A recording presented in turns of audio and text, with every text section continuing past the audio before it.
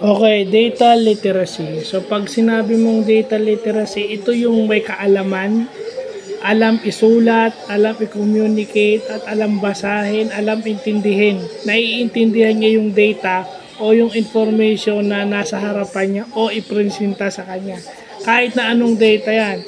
Financial data, accounting data, inventory data, yan.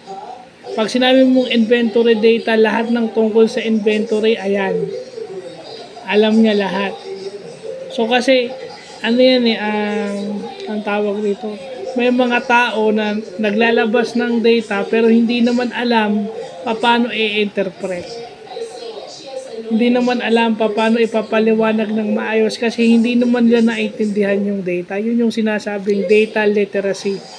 Ibig sabihin ng data literacy, alam yung tungkol sa data na nandun.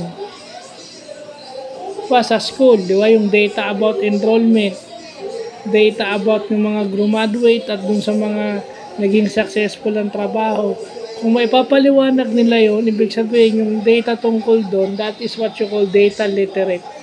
Or yung data tawag nilang data literacy. Kasi yun. How can you make a software project? For example, how could you make a software project without knowledge in the data that concerns to that project? Diba, marami na nagpo-program, nagpa-Python, nagpi-PHP, nagja-Java, pero merong hindi alam o hindi ganun kaalam o hindi ganun nila naiintindihan yung data about that project. Ang naiintindihan lang nila is yung program. Yung Java, yung Python, yun lang naiintindihan nila. So, dapat, bukod sa marunong ka nang gumamit ng programming languages, marunong ka rin dapat bumasa at umintindi ng data. Marunong ka rin dapat mag-compute kung kailangan computein yung data na yun. Diba?